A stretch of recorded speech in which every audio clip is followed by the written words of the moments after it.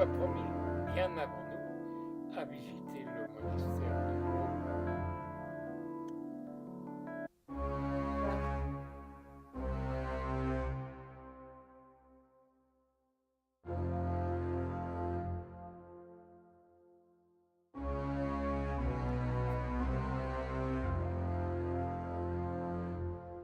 L'église est un chef-d'œuvre du gothique flamboyant flamand, édifié par Louis van Bogghem, le maître d'œuvre bruxellois, choisi par Marguerite d'Autriche.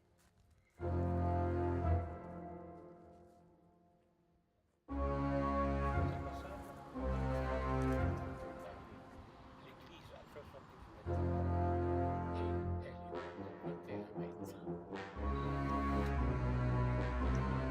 La façade du jour est en arc de cercle et à certains endroits on a sculpté les monogrammes du couple ducal de Philibert et Marguerite. Et aussi le mythe de Saint-André. Et nous pouvons apercevoir les toits de ces hauts et mignons avant de découvrir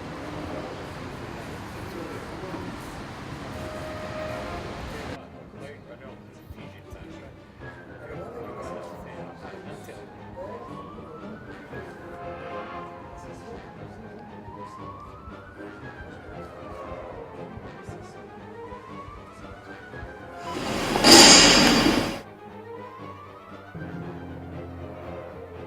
Vers le portail ouest, entre deux piliers, un bénitier de marbre noir réalisé en 1548 porte autour le deuxième porture importante pour l'une et celle de la maison de Savoie, Père FRP à la signalisation obscure.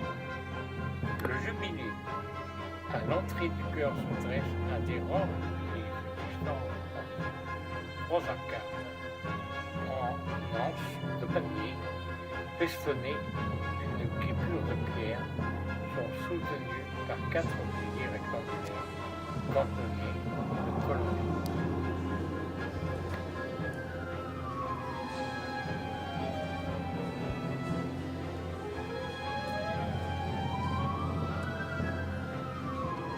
De chaque côté de la porte d'entrée sur le jubilé, il y a 2 tableaux, en particulier un de Saint-Augustin, patron du royaume, avec Sainte Monique, sa mère, et à gauche Saint-Nicolas de Tolanda. Et nous voici à l'intérieur du cœur. Cette partie censée politique a été particulièrement soignée, tout comme la chapelle de Marguerite d'Autriche, sur son côté nord, ici, concernant les œuvres d'art qui font la célébrité de Rome. Les stèles sont de chêne, réalisées entre 1530 et 1530. De chaque côté, une double rangée de 16 stèles basses et 21 stèles hautes de tradition médiévale mais fortement marquées d'un esprit venant des Pays-Bas.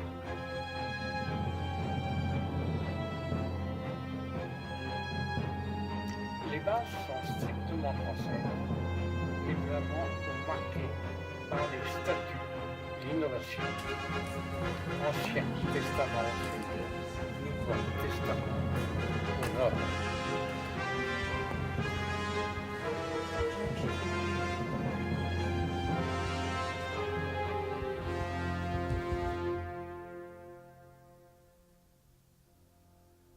Ils sont, sur ces stèles, des épisodes publics et bibliques. Multiplication des pains, Jésus à l'entrée de Salomon annonce l'entrée lui-même de Jésus à Jérusalem.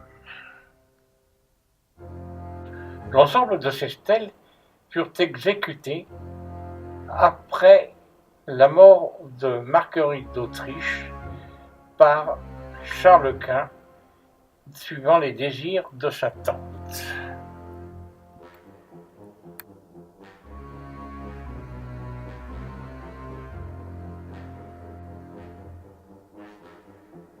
Les stèles furent exécutées sous les ordres de Charles Quint, neveu de Marguerite d'Autriche, suivant les désirs de sa tante. Et grâce à tous ces personnages, le temps, XVIe siècle, nous apporte aujourd'hui le plaisir, le régal des yeux. Quelque chose d'extraordinaire et d'incroyable. C'est beau la France. Le lutrin est contemporain et son buffet comporte à la base 4 évangélistes. Il servait à la lecture des évangiles, évidemment. Les voûtes sont très éclairées par de grandes baies incolores. Les vitraux sont réalisés par des maîtres verriers entre 1525 et 1532. Verrier-Bressan et Lyonnais, inspirés d'Albrecht, peintre graveur de Titan.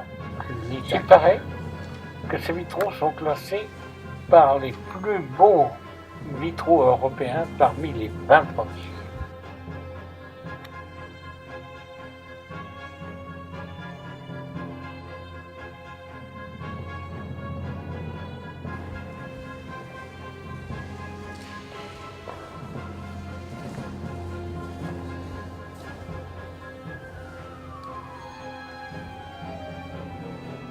Nous pénétrons à l'hôtel de la Chapelle, qui est surmonté d'un rétable en albâtre et en marbre noir. Tout cela illustre les 7 joies de la Vierge. Vous trouverez l'Annonciation, la Visitation, la Nativité, l'Adoration des Mages, l'apparition du Christ ressuscité, la Pentecôte, l'apparition du Christ, son ascension.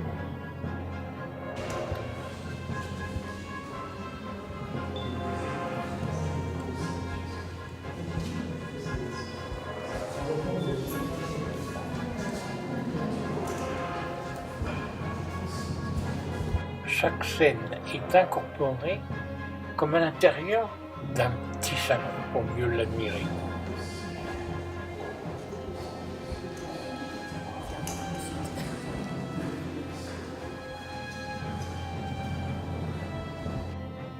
Cette chapelle est aussi dédiée, d'où son nom, à Marguerite d'Autriche, près de son tombeau.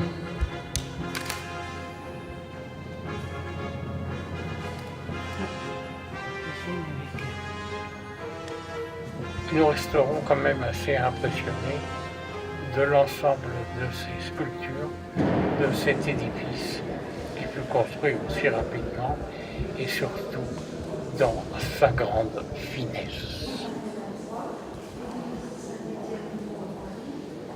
N'oublions pas que pour de nombreux visiteurs, cet endroit est classé le plus fin de France.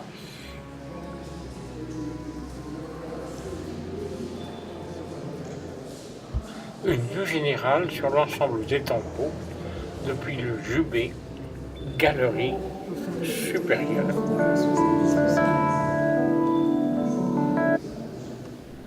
Ici sont rassemblées les familles de Savoie et d'Autriche pour l'éternité.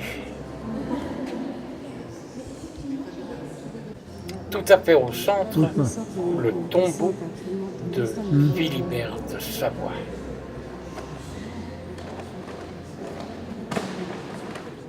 Continuons notre visite, nous voici devant le tombeau du bien-aimé, Philibert le Beau, duc de Savoie, décédé relativement jeune, et Clécha Marguerite.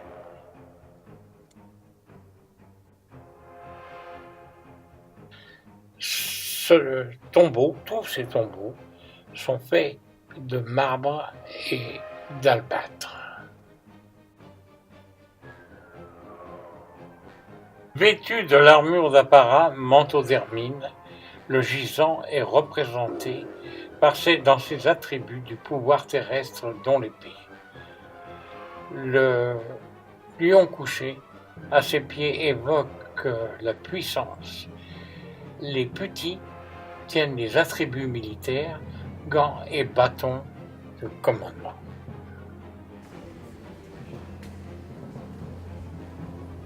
Tout cela en albâtre et marc de Carrare.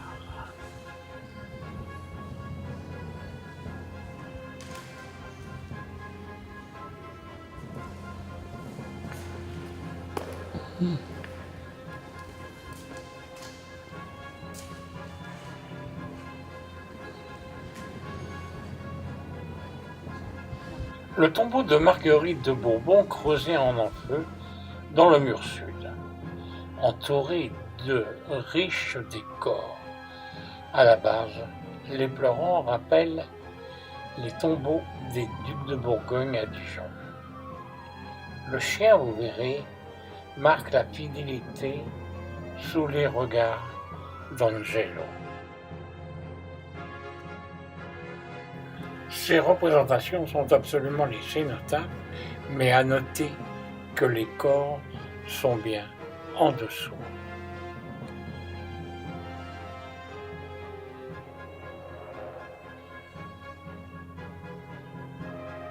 Le tombeau de Marguerite d'Autriche, tante de Charles Quint et de François Ier, sous la garde de ses anges, dans un cadre gothique, sous la devise « Fortune, infortune, fortuné ». À la partie supérieure, la défunte en costume d'apparat, en costume de cour. À la partie inférieure, une femme transfigurée, au visage beaucoup plus jeune, aux yeux mi-clos. L'image de la mort sereine.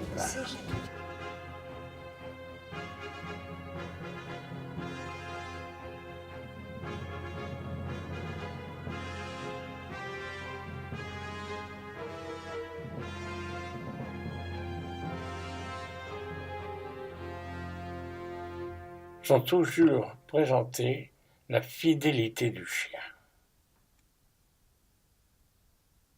En ce lieu, ici, reposent les deux amants, une très belle histoire d'amour.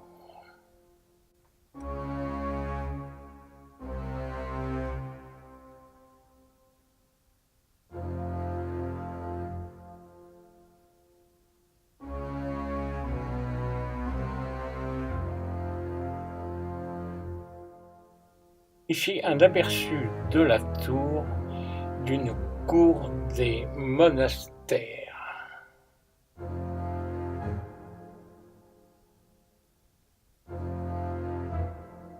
Anciennement, le dortoir, transformé aujourd'hui en musée exceptionnel avec des pièces de qualité, de merveille, comme vous pouvez en juger sous vos yeux. Le Charles Quint, puis on peut le reconnaître. La visite de François Ier à l'abbaye. Ensuite, revoici Charles Quint dans sa jeunesse, et suivi de Marguerite d'Autriche. Et nous vous disons au revoir.